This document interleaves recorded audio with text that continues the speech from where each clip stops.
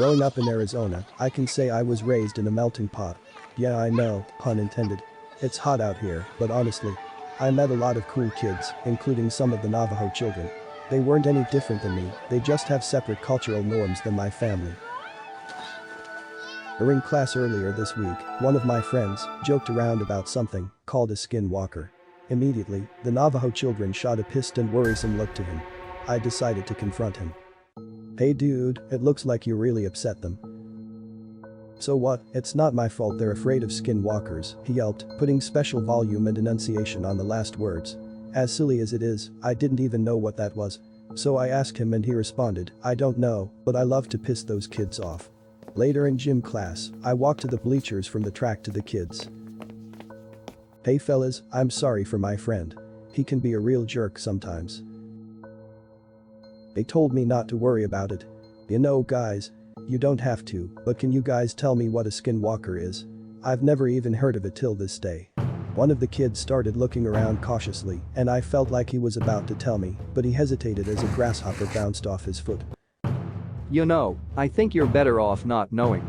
And even more better off not saying their name. Feeling defeated, I walked home to my family's ranch. I noticed as I was about on the porch, there was a couple coyotes nearby. They've always been a big problem in this area. They've bothered my family's livestock and the donkey can only kill so many. Normally I could scare them off by tossing a rock or something, but when I did, they remained still. I walked inside and told my dad about the coyotes, and he loaded up his shotgun. Dad wasn't much a hunter, but he had no sympathy for invasive coyotes and rattlesnakes. He kept a single-shot 12-gauge by the door in the event one of the two made their way on the property. Dad walked out and peppered the ground near one. All of them scattered but one. He got into a stare-down with my dad and wasn't bucking under the threat of being pumped full of shell. I saw Dad pop in another shell, and he fired again, striking the coyote and laying it down.